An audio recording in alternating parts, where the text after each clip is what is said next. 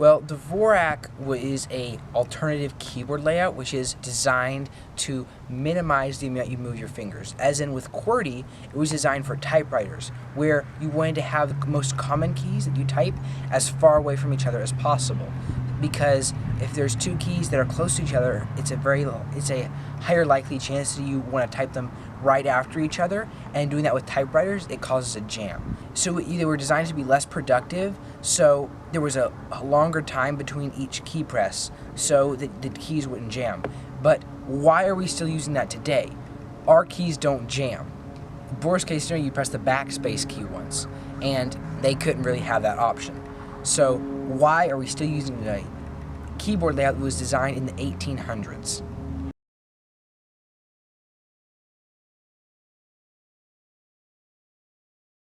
Well, the first thing you want to know is 100% keyboards is the max thing you can have a keyboard, which is the keyboard, a full row of function keys, print screen, all these keys, a 10 key where you have the typing. It's designed generally for accountants that are typing in numbers a lot, and most people that aren't accountants, that don't use numbers a lot, really don't need a 10 key 100% keyboard.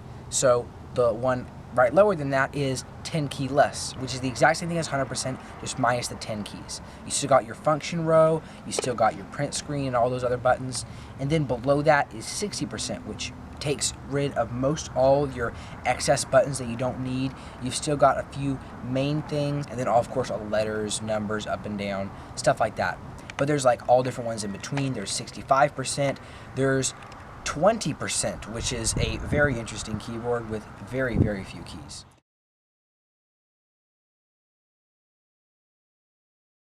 Well, one thing about keyboards is there's two main types of keyboards. There is membrane keyboards, which is like the ones in all of your laptops that it just kind of pushes and touches the button. And there's mechanical keyboards, which actually have a physical switch that goes down, and when you press the key, a piece of metal on there touches another piece of metal and registers a key press. So when you get up into those range, you're getting into mechanical keyboards that you can actually feel, and you can like get specific switches designed exactly for you, the way you like them. You can make them clicky, you can make them quiet, you can make them bumpy, you can do all different types of things, and you can like really put your personality into a keyboard and make something that works exactly for you. Because you might have some things that you didn't like about a keyboard that you never knew you didn't like. There's some things you might want that you never really knew you wanted until you tried it.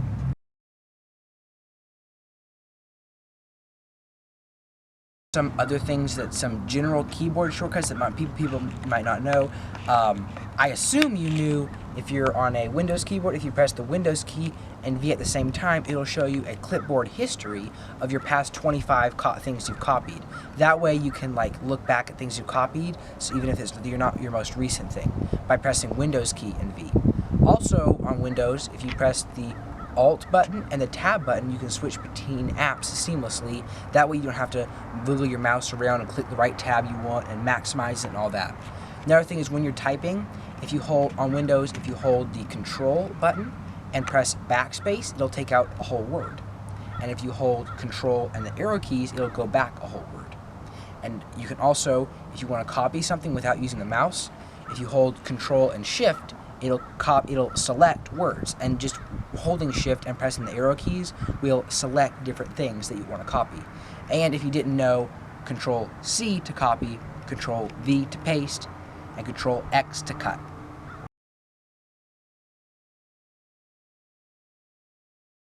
Just learning, there's a lot of people who don't know how to touch type. Touch typing is where you can just look at the words and you can type and you know how to move your fingers. Just doing that will save you, going from like 20 words per minute to possibly 60 words per minute.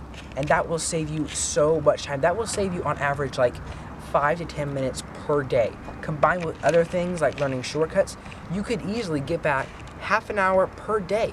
And that compounded in a week, that's like multiple hours, and then over a year, who knows, you might save yourself 3 or 4 days of time. There's multiple text expansion apps where you can design it to where, like, I personally type in my email a lot, and you can design it to have an app and customize it to where when you press, say, right now I have it when I press bracket and then email and then close bracket, it will put out my email. That actually saves me like 5 minutes a day.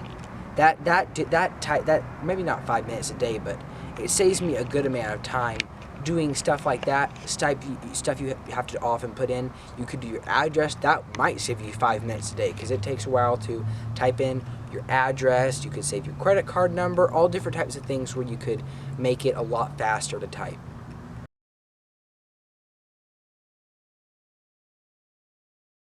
Doing this versus doing this, they're both going to improve with the fact that your hands are not meant to turn like this. They're not meant to stay like this for long periods of time. And people that have jobs like this are doing this for possibly 8 to 10 hours a day. And your hands are not meant to do that. Your hands are meant to be more like this. And by having keyboards that are like this or like this, it's going to reduce RSI, which is repetitive strain injury.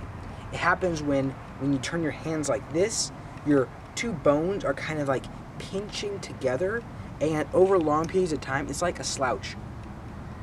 You can't notice it over a period of a few months, but over a period of many, many years, you get to bend over like this. And the same thing with your hands. It doesn't hurt to begin with, but in a few years, you might have wrist pain, you might have arm pain. Your bones are going to be working differently, and it's going to be unnatural. So doing this or this, no matter which one you do, is going to be infinitely better than doing this. And the other thing is with the split keyboards, what you're doing is you're either bringing your hands like this, where you're contouring your wrists like this and having your hands like this, because you're doing this, which is way more unnatural. And when you have a split keyboard, you can let your hands rest naturally, and what you're also doing is letting your shoulders relax. By doing like this, you're letting your shoulders just relax. By doing this, you're tightening up your shoulders, and that's another part that you can help injure yourself if you're doing this over a long period of time.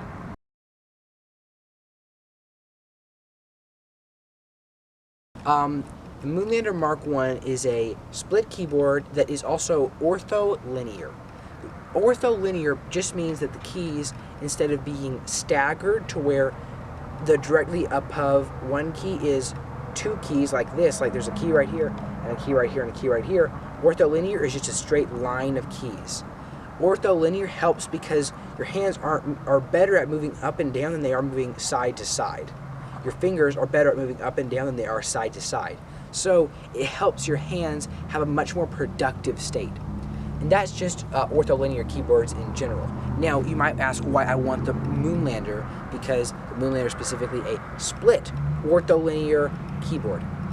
It is also kind of contoured to where your hands are designed. It is specifically designed with the keys in mind for the length of each finger. Like, a keyboard is universal. It's not designed, a regular keyboard is universal. It's not designed any way specifically to accommodate for each finger. Every key, aside from the special ones like shift and caps lock and backspace, are pretty much all the same size. So having a keyboard that's specifically designed for each hand, where you have it curved and curved like this and curved like this, and ortholinear so your hands can move back and forward, and these thumb clusters to where you can have easily accessible shortcuts and holding shift with your thumb, because your thumb is your most powerful finger, and most keyboards use it to do the most mundane task, which is press the space bar. You can have so many other fingers press the space bar. The Moonlander and other keyboards make sure you use your thumb for its full utility. And that's the reason why I like the Moonlander Mark I.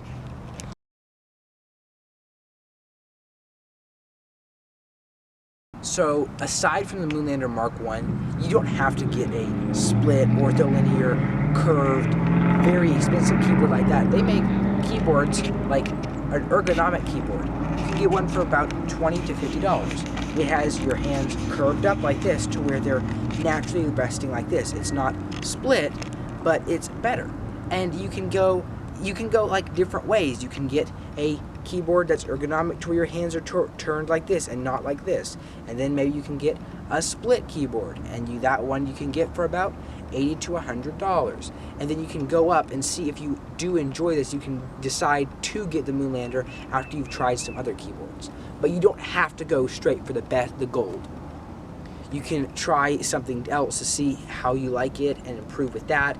You have to pay $300 for the Moonlander specifically.